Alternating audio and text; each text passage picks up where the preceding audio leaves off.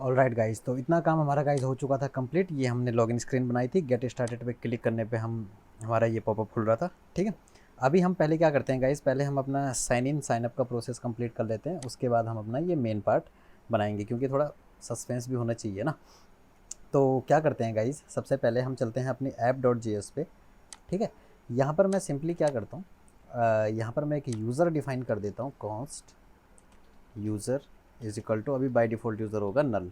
ठीक है, उससे पहले मैं क्या करता हूँ, src फोल्डर के अंदर यहाँ पर एक फ़ाइल बनाता हूँ, home screen dot G S. ठीक है, RFCE हम करेंगे सिंपली, और यहाँ पर मैं लिख देता हूँ होम स्क्रीन। ठीक है, और यहाँ पर app.js में हम चलते हैं, सिंपली हम बोलेंगे यहाँ पर अगर हमारे पास यूज़र सॉरी अगर यूज़र नहीं है या यूज़र नल है, तो हम सिंपली क्या करेंगे, इस वाले कंपोनेंट को कर देंगे कॉल। व्हाट इफ़ हमारे पास यूज़र है, अगर यूज़र है तो हम यहाँ पर सिंपली होम स्क्रीन को कर देंगे कॉल, होम स्क्रीन कंपोनेंट को कर देंगे कॉल। ठीक है, तो अगर आप यहाँ पर अपनी ऐप में जाओगे तो अभी हमारे पास यूज़र नहीं है, तो हमारी होम स्क्रीन आएगी। द मोमेंट मैं यहाँ पर यूज़र ABC लिखता हूँ, तो आप देखोगे यहाँ पर हम होम स्क्रीन में आ चुके हैं। ठीक है, तो यही काम हमें करना है कि ताकि अगर कोई यूज़र लॉगिन करता है तो हम उसकी स्टेट मैनेज हो जाए रिडक्स से।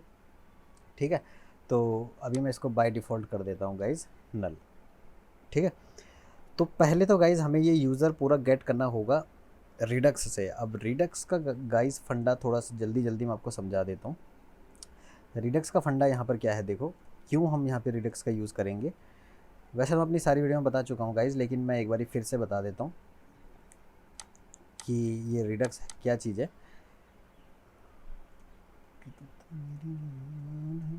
अब रिडक्स का क्या है गाइस, देखो फंडा अभी बेसिकली क्या होता है गाइस, देखो ये हमारी ऐप है नेटफ्लिक्स की। ठीक है, जिसमें हमारा है हेडर, मैं एक बात बता रहा हूँ, फिर ये बैनर है। ठीक है, फिर ये हमारी मूवीज़ की लिस्ट आ रही हैं। ठीक है, ये हमारी मूवीज़ की लिस्ट आ रही हैं। ठीक है, अब लेट सपोज़ हमारे पास एक यूज़र है, एक यूज़र है, एंड हम क्या चाहते हैं कि द मोमेंट कोई लॉगिन करे, उस यूज़र को हम एक्सेस करना चाहते हैं कहाँ पे, हेडर वाले पार्ट में, कि ठीक है भाई यूज़र लॉगिन है। या फिर हमें नीड पड़ती है इस मूवी लिस्ट में, हमें यूज़र की नीड पड़ती है, या फिर यहाँ पर यूज़र की नीड पड़ती है, तो आप कैसे उस यूज़र को यहाँ तक गेट करते हो। अगर हम रिडक्स का यूज़ नहीं करते हैं या फिर किसी भी स्टेट मैनेजमेंट लाइब्रेरी का यूज़ नहीं करते हैं, तो फिर हम यूज़ करते हैं प्रॉप्स ड्रिलिंग का। उसमें क्या होता है, सिंपली जो हमारी मेन ऐप है वहाँ पर यूज़र होगा मेन ऐप में, और जिस भी कंपोनेंट को चाहिए होगा वो पहले अपने पेरेंट कंपोनेंट पे पहले उसको एक्सेस करना पड़ेगा। मतलब पहले यहाँ से यहाँ, फिर यहाँ से यहाँ, फिर यहाँ से यहाँ। इसका मतलब सिंपली एक कंसेप्ट होता है। देखो प्रॉप्स ड्रिलिंग अगर मैं आपको बताऊँ, बहुत ईजी है समझने में। ठीक है, यहाँ पर अगर हम देखते हैं, ये इमेज हम ले लेते हैं सिंपली, चलो एक उसके लिए ये हमारी मेन ऐप है। ठीक है, अब इसके दो चाइल्ड हैं, फर्स्ट चाइल्ड सेकंड चाइल्ड, फिर ये फर्स्ट चाइल्ड के दो चाइल्ड हैं। ठीक है, फिर ये फर्स्ट चाइल्ड के दो चाइल्ड हैं। ठीक है, अब हमें क्या चाहिए कि ये ऐप में कोई डेटा है, अब हमें यहाँ पर कोई डेटा चाहिए लास्ट वाले में, तो हम कैसे उस डेटा को यहाँ पर एक्सेस करेंगे, प्रॉप्स के थ्रू। पहले हम यहाँ से प्रॉप्स भेजेंगे यहाँ पर, फिर हम यहाँ से प्रॉप्स भेजेंगे यहाँ पर, फिर यहाँ से प्रॉप्स आएगा यहाँ पर। ठीक है, तो ये चीज़ यार हम नहीं करना चाहते हैं। ठीक है, बेसिकली ये चीज़ हमें नहीं करनी है, क्योंकि इसको बोलते हैं प्रॉप्स ड्रिलिंग। ठीक है, अब इस प्रॉब्लम से ओवरकम करने के लिए हम यूज़ करते हैं किसी भी स्टेट में मैनेजमेंट लाइब्रेरी का। ठीक है, जैसे कि हम यूज़ करते हैं रिडक्स का। एक चीज़ बताता हूँ मैं, रिडक्स का यूज़ करते हैं। तो रिडक्स में गाइस क्या होता है, देखो ये है सिंपली हमारा रिडक्स का फंडा। मैं आपको सिंपली डायग्राम में समझाता हूँ। अभी क्या है, मैं ये पूरी ऐप को कर देता हूँ क्लीन एक बारी के लिए, और पूरा कंसेप्ट आपको दोबारा से समझाता हूँ। ठीक है, ये है गाइस, आप ये समझ लो, ये हमारे ऐप कंपोनेंट है, फिर उसके अंदर हमारा है होम और अबाउट अस। एक बात मैं बता रहा हूँ आपको, अब इसके अंदर हमारे दो चाइल्ड हैं यहाँ पर। ठीक है, इसके दो चाइल्ड यहाँ पर हैं। अब ये जो लास्ट वाला है इसके अलग से तीन चाइल्ड हैं। ठीक है, मतलब कंपोनेंट के अंदर कंपोनेंट है। अब सिंपली हमें क्या चाहिए, यूज़र है हमारा यहाँ पर ऐप में। अभी अगर आप देखोगे तो मैंने सेम क्या करा है, const user is equal to ये, बट अगर मुझे उस यूज़र को यहाँ पर एक्सेस करना है तो कि भाई उस यूज़र का नाम क्या है, क्या डेटा है, हम कैसे करेंगे। हम पहले ये जो हमारी ऐप है, हम यहाँ से इसके पास यूज़र पास करेंगे, फिर हम इससे इसके पास यूज़र पास करेंगे। इसको बोलते हैं गाइस प्रॉप्स ड्रिलिंग, जो कि एक छोटी मोटी एप्लीकेशन में चल जाती है, लेकिन एक बड़ी एप्लीकेशंस में गाइस हम प्रॉप्स ड्रिलिंग का यूज़ नहीं करते हैं, क्योंकि कॉम्प्लिकेटेड हो जाता है कि कभी अगर हमें यूज़र को चेंज करना होगा तो हमें हर जगह चेंज करना पड़ेगा, यहाँ पर भी, यहाँ पर भी, यहाँ पर भी, यहाँ पर भी, या उस यूज़र का नाम, यूज़र की जगह हम कोई और वेरिएबल लेना चाहते हैं तो वो सब चीज़ हमें चेंज करना पड़ जाएगा। इस प्रॉब्लम से ओवरकम करने के लिए गाइस सिंपली क्या होता है, देखो ये हमारी ऐप थी अभी तक जितना मैंने आपको समझाया, ठीक है। अब हमारे पास कंसेप्ट आता है रिडक्स का। रिडक्स क्या होता है गाइस, रिडक्स में देखो 3 चीज़ें मेन होती हैं। वन इज़ स्टोर, ठीक है, एक्शन एंड रिड्यूसर, ठीक है। ये चीज़ें, अब स्टोर में क्या होता है गाइस, देखो दिस इज़ आवर ऐप, ठीक है। ऐप के अंदर डिफरेंट कंपोनेंट हैं, ठीक है, डिफरेंट कंपोनेंट है ऐप के अंदर, समझ में आ गया आपको। अब स्टोर में हमारा डेटा है, स्टोर हो रखा है, यहाँ पर हमारा है डेटा, ठीक है, जो भी हमारे पास डेटा है, ठीक है। अब ये डेटा हमें चाहिए इस वाले कंपोनेंट में, तो इंस्टेड ऑफ प्रॉप्स ड्रिलिंग, एक ये अपने पेरेंट से नहीं मांगेगा, ये डायरेक्टली कम्युनिकेट करेगा किसके साथ, अपने स्टोर के साथ, कि भाई मुझे डेटा चाहिए। जिसको भी डेटा चाहिए होगा, लेट्स सपोज साइड बार को डेटा चाहिए, डायरेक्टली बोलेगा स्टोर को कि हमें डेटा चाहिए, ठीक है। अब ये कैसे बोलेगा, ये बोलेगा एक्शन के थ्रू, ठीक है। एक्शन में हम डिफाइन कर देंगे कि हमें कौन सा एक्शन परफॉर्म करना है। लेट्स सपोज हमें डेटा चाहिए, तो ये बोलेगा कि हमें भाई डेटा चाहिए, तो ये 100 डेटा। अगर हमें मॉडिफाई करना है तो हम एक्शन के साथ गाइस भेजते हैं पेलोड। पेलोड बेसिकली क्या होता है, डेटा होता है कि भाई हमें जो है मॉडिफाई करना है डेटा, अभी जो यूज़र के अंदर जो स्टेट है उसको चेंज कर दो, और उसको चेंज कर दो किससे, पेलोड से, जो डेटा हमने भेजा है उससे उसको चेंज कर दो, ठीक है। तो ये कंसेप्ट होता है गाइज रिडक्स का, ताकि हम प्रॉप्स ड्रिलिंग से बच सकें, ठीक है। बेसिकली हमारे पास एक कंटेनर बन जाता है जिसके अंदर हमारे पास डेटा होता है, और हम हर बारी उस कंटेनर से डेटा गेट करते हैं, इसीलिए हम यहाँ पर रिडक्स का कर रहे हैं यूज़, ठीक है। तो मैं सबसे पहले मैं क्या कर लेता हूँ, ये जो यूज़र मैंने यहाँ पर डिफाइन करा है, इस यूज़र को मैं डिफाइन कर लेता हूँ अपने रिडक्स में। तो हम अपने app.js में जाते हैं सबसे पहले। यहाँ पर गाइज जब आपने अपनी लाइब्रेरी इंस्टॉल करी होगी तो आपने यहाँ पे 2 चीज़ देखा होगा, एक ऐप का और एक फीचर्स का फोल्डर आया होगा। फीचर्स के फोल्डर में आप जाएंगे, ठीक है, ये सारे जो है आप डिलीट कर देंगे, सिर्फ एक काउंटर स्लाइस को रहने दो, रेस्ट आप डिलीट कर दो। ओहो, मैंने तो उल्टा ही डिलीट कर दिया, ठीक है। ये सारे मैं करता हूँ डिलीट, काउंटर स्लाइस को मैंने रहने दिया। काउंटर स्लाइस को मैं बाहर ले आता हूँ फीचर्स के फोल्डर में, ठीक है, हमें एक काउंटर का फोल्डर भी नहीं चाहिए, ठीक है। इसको आप स्लाइस क्या होता है, डिफरेंट स्लाइस बनते हैं। लेट सपोज हमारे पास यूज़र का भी डेटा है, मूवीज़ का डेटा है, अलग अलग डेटा, तो हमने हर चीज़ के एक डिफरेंट स्लाइस बना देंगे, ताकि हमें पता चले, कोड हमारा कॉम्प्लिकेटेड ना हो, कि भाई अगर हमें यूज़र को मॉडिफाई करना है या कल की डेट में कुछ डेटा में चेंज करना है तो हम सिंपली यूज़र स्लाइस में जाएंगे। अगर हमें मूवीज़ की लिस्ट में कुछ चेंज करना है तो हम मूवीज़ स्लाइस में जाएंगे। तो इसलिए हम डिफरेंट स्लाइस बनाते हैं, जैसे कि हम डिफरेंट कंपोनेंट बनाते हैं, ठीक है। ये कंसेप्ट होता है स्लाइस का। मैं यहाँ पर सिंपली लिख देता हूँ काउंटर स्लाइस की जगह यूज़र स्लाइस डॉट जेएस, ठीक है।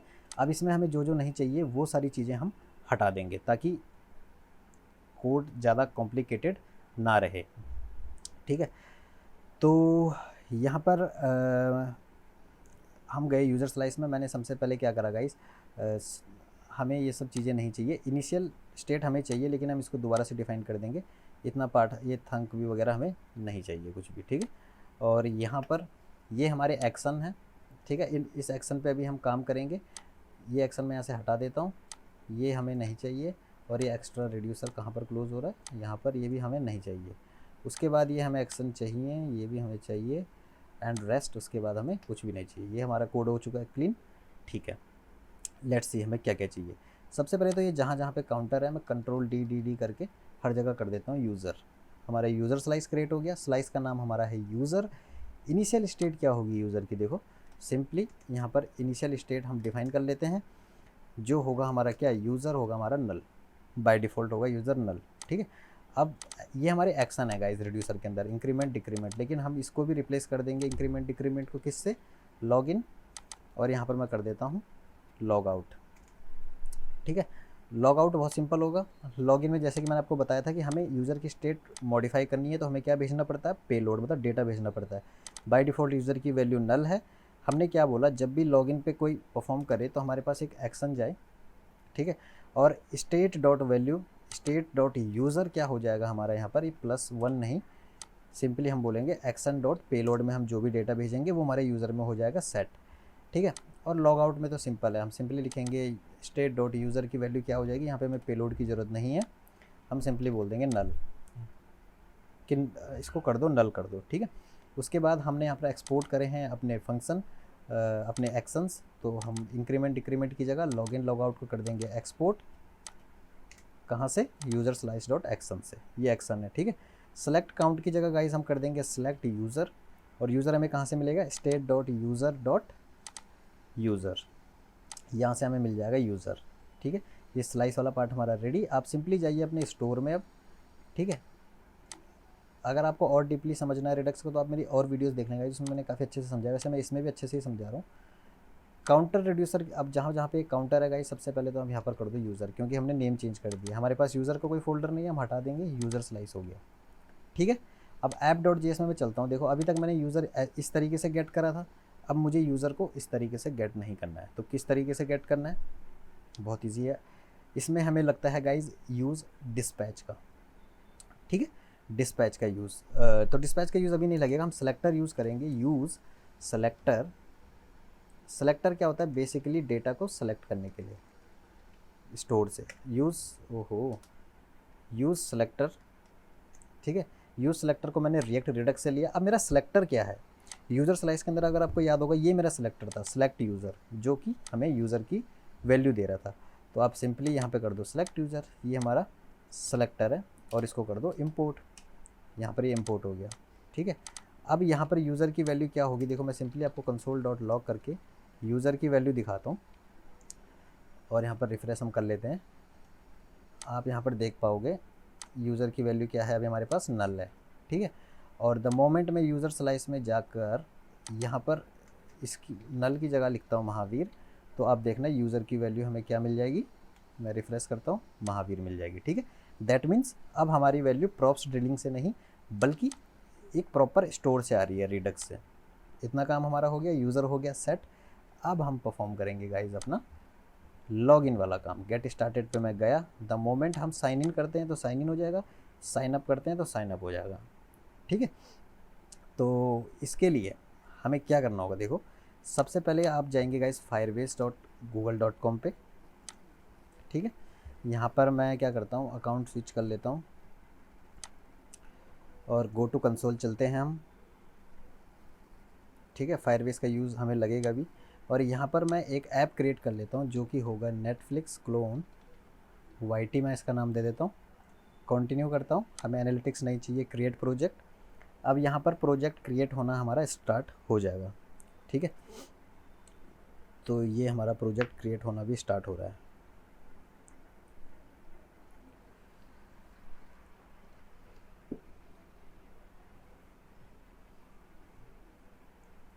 ठीक है। कंटिन्यू करेंगे गाइज, हमारा प्रोजेक्ट हो चुका है क्रिएट। सबसे पहले हमें सिर्फ इसमें यूज़ होगा ऑथेंटिकेशन का, तो हम ऑथेंटिकेशन पे जाते हैं, ठीक है। गेट स्टार्टेड करेंगे,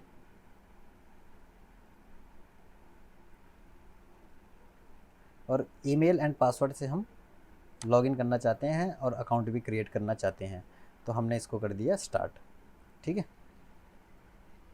अब यहाँ पर आप देख पाओगे गाइज अनेबल हो चुका है ना, अनेबल हो चुका है। अगर आप यूज़र्स में जाओगे तो अभी हमारे पास एक भी यूज़र यहाँ पर नहीं है,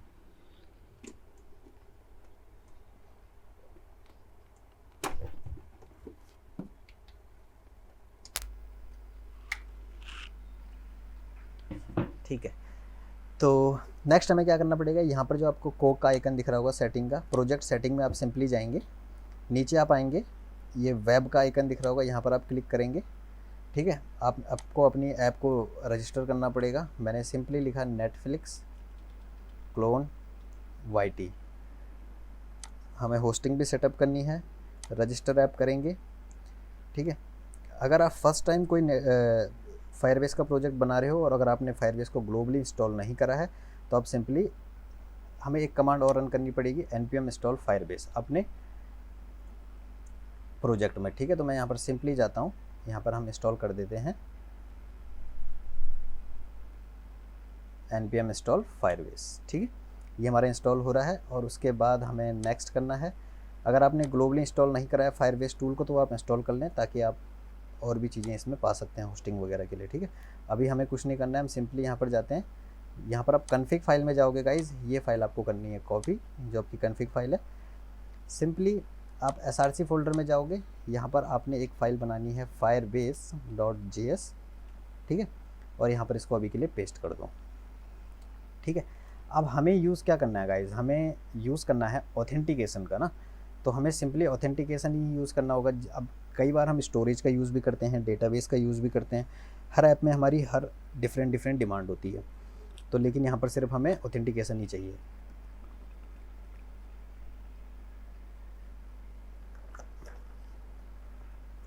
ठीक है, तो ऑथेंटिकेशन हमें अगर चाहिए तो हमें सिंपली क्या करना पड़ेगा, देखो फायरबेस मेरा यहाँ पर इंस्टॉल हो रहा है, लेकिन तब तक मैं इसमें और काम कर लेता हूँ। मैंने इंपोर्ट करा गाइस फायरबेस को, कहाँ से, फ्रॉम फायरबेस, ठीक है। मैंने फायरबेस से फायरबेस को इंपोर्ट करा, उसके बाद मैंने सिंपली लिखा कॉन्स्ट, मैंने लिखा Firebase app is equal to Firebase dot initialize app, और यहाँ पर मैंने कौन से ऐप को इनिशियलाइज़ करना है, ये मेरी फायरबेस कन्फिग को, जो मेरे कन्फिग्रेशन फाइल है, ठीक है। हमें चाहिए ऑथेंटिकेशन, हम सिंपली लिखेंगे const auth is equal to Firebase dot auth, ठीक है। हमें ऑथेंटिकेशन चाहिए सिर्फ, ठीक है, और यहाँ से हमें एक्सपोर्ट करना पड़ेगा अपने ऑथ, ताकि हम अपने ऑथ को यूज़ कर सकें। अब यहाँ से ये मेरा फायरबेस की कन्फिग फाइल भी इंस्टॉल हो चुकी है, ठीक है। ऐप में चलते हैं, एक बार रिफ्रेश कर लेते हैं ऐप को, गेट स्टार्टेड में गया, ठीक है। नेक्स्ट हमें क्या करना पड़ेगा, हमें जाना पड़ेगा अपने login.js में। तो मैं ये सारी कन्फिग फाइल अभी के लिए बंद कर देते हैं, स्टोर हमें नहीं चाहिए, होम स्क्रीन, यूज़र स्लाइस कुछ भी नहीं चाहिए, ऐप भी नहीं चाहिए, सिर्फ login.js, ठीक है। द मोमेंट हमने गेट स्टार्टेड पे करा क्लिक, हमारा साइनअप फॉर्म खुल रहा है, ठीक है। हम चलते हैं साइनअप में। अब साइनअप में क्या करेंगे गाइज, हम अपने साइनअप स्क्रीन पे सिंपली यहाँ पर मैं आपको एक चीज़ बताता हूँ, हमें ईमेल और पासवर्ड को करना है गेट, ठीक है। और बटन पे जब हम करें सबमिट तो क्या होगा, यहाँ पर मैं सिंपली क्या करता हूँ, ऑन क्लिक पे, इसके क्लिक पे हम कर देंगे क्या, साइन इन करेंगे, और जब हम पैन पे क्लिक करेंगे तो इसके ऑन क्लिक पे हम कर देते हैं रजिस्टर नाम के एक फंक्शन बना देंगे, और वो हम कर देंगे कॉल। पहले हम रजिस्टर पे कॉल काम करते हैं, ठीक है, क्योंकि पहले तो हमें रजिस्ट्रेशन ही कराना पड़ेगा ना, कॉन्स्ट रजिस्टर, यहाँ पर एक इवेंट लेगा, सिंपली ये हमारा बन गया फंक्शन, ठीक है। इवन हमें इवेंट की भी यहाँ पर ज़रूरत है नहीं, क्योंकि चलो ले लेते हैं, ताकि हाँ इवेंट की ज़रूरत है ना, कि फॉर्म हमारा रिफ्रेश ना हो, e.prevent डिफ़ॉल्ट, जब भी कोई क्लिक करे तो फॉर्म हमारा रिफ्रेश ना हो। अब हमें ईमेल एंड पासवर्ड गेट करना है, तो यहाँ पर मैं एक दूसरे तरीके से आपको ईमेल पासवर्ड गेट करना बताता हूँ। अभी तक हम स्टेट से गेट करते थे, मैंने सिंपली यहाँ पे लिखा const email ref is equal to use ref का हम यहाँ पर यूज़ करेंगे। सो रेफ बेसिकली क्या है गाइज, एक ये समझ लो पॉइंटर है, ये पॉइंट कर रहा है कि कहाँ से हमें डेटा चाहिए, ठीक है। और बाय डिफ़ॉल्ट हम इसको नल कर देते हैं, ठीक है, कि अभी ईमेल रेफ नल है, मतलब बाय डिफ़ॉल्ट वैल्यू इसकी नल होगी। और यहाँ पर हम सिंपली लिखते हैं पासवर्ड रेफ, ठीक है, और यहाँ पर हम सिंपली लिख देते हैं रेफ में ईमेल रेफ हमें चाहिए, ठीक है। और यहाँ पे इसका रेफरेंस कौन सा होगा, पासवर्ड रेफ होगा, पासवर्ड रेफ, ठीक है। और जब हम रजिस्टर पे क्लिक करें तो मैं यहाँ पर आपको सिंपली अलर्ट करके दिखाता हूँ कि हमें इसको डेटा कैसे गेट करना है। अगर हमें ईमेल का डेटा गेट करना है तो कैसे करेंगे, ईमेल रेफ डॉट करंट, जो उसकी क्या है वैल्यू, करंट वैल्यू उसको अलर्ट करना, ठीक है। और ये बोल रहा है sign in is not defined, तो हम यहाँ पर साइन इन भी डिफाइन कर देते हैं अभी के लिए, भले ही हम उसमें काम बाद में करें, ठीक है। और e.prevent डिफ़ॉल्ट हम इसमें भी कर देते हैं। तो मैं यहाँ पर रिफ्रेश करता हूँ, गेट स्टार्टेड पे क्लिक करता हूँ, ईमेल में मैं डालता हूँ abc@gmail.com, और रजिस्टर पे क्लिक करते हैं तो आप देखोगे abc@gmail.com। तो ये बेसिकली क्या कर रहा है, जो करंट वैल्यू है अगर मैं इतना करता हूँ उसको गेट कर लेता है। इट्स लाइक अ पॉइंटर, इसने ना पॉइंटर रखा हुआ है इस पर, रेफरेंस ने, कि इसका रेफरेंस है भाई, जो भी वैल्यू इसमें चेंज हो रही है उसकी करंट वैल्यू हमें देना, ठीक है। तो इस तरीके से हम निकाल सकते हैं वैल्यू, ठीक है। अब ईमेल और उससे हमें सिंपली पहले रजिस्ट्रेशन वाला काम करना है ताकि हमारा रजिस्ट्रेशन हो जाए कंप्लीट। तो मैंने लिखा ऑथ, ठीक है, मैंने where is my Firebase dot JS export करा है ऑथ को, ठीक है। Firebase dot initialize app, import Firebase from Firebase, sign up में मैं गया, ऑथ को इंपोर्ट करा मैंने फायरबेस से, dot create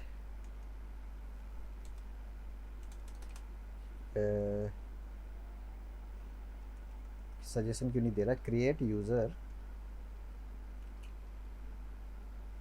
user with email and password, ठीक है। और यहाँ पर हम सिंपली अपना ईमेल और पासवर्ड पास कर देंगे। तो ईमेल हमारा क्या है, अभी मैंने आपको बताया था, email ref डॉट करंट जो उसकी वैल्यू होगी ये होगी हमारी ईमेल, ठीक है।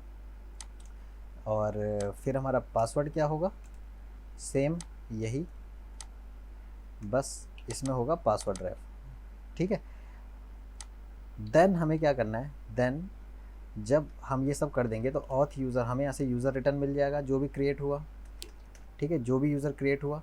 और उसको हम सिंपली क्या कर देंगे, कंसोल डॉट लॉग करके भी मैं आपको दिखा दूंगा कि ऑथ यूज़र में हमें क्या मिला, ठीक है। अगर यहाँ पर कोई एरर आती है, अगर यहाँ पर कोई एरर हमारे पास आती है तो उस एरर में हम क्या कर देंगे, अलर्ट कर देते हैं, क्या, एरर डॉट मैसेज, ठीक है, एरर डॉट मैसेज हम कर देंगे। तो ये बोल रहा है मॉड्यूल नॉट फाउंड SRC, ये पता नहीं आजकल क्या नई एरर आ रही है, पता नहीं ये मेरे में ही आ रही है या आप लोगों में भी आती है, लेकिन 1 सेकंड में इसको, ये फायरबेस पता नहीं क्यों इंस्टॉल नहीं होता है, मॉड्यूल नॉट फाउंड, मैंने सिंपली लिखा npm ऑडिट फिक्स,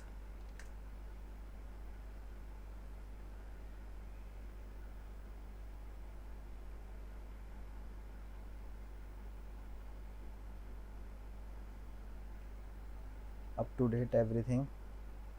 पता नहीं ये फायरबेस जबकि मेरा इंस्टॉल हो भी जाता है, लेकिन ये फायरबेस के साथ पता नहीं क्या एरर आ रही है आजकल, आई डोंट नो ये क्या एरर है। तो मैं सिंपली फिर क्या करता हूँ यार, जब मेरा ये काम नहीं होता ना, तो मैंने लास्ट टाइम तो पूरा नोड मॉड्यूल का फ़ोल्डर ही उड़ा दिया था। अगर आपके साथ भी ऐसा होता है तो आप भी सिंपली पूरा नोड मॉड्यूल का फ़ोल्डर उड़ा दो, क्योंकि मेरे साथ ऐसा हुआ था, 2-3 बार ही हो चुका मेरे साथ ये। और उसके बाद ओहो, Firebase app dot initialize app, ठीक है, कंटिन्यू करा हमने,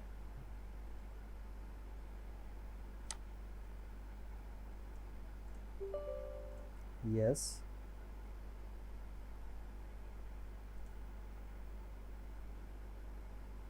ओके गाइज, अगर आप लोगों में भी ये एरर आती है module not found can't resolve Firebase, ठीक है, तो आपको यार सिंपली एक चीज़ करनी होगी।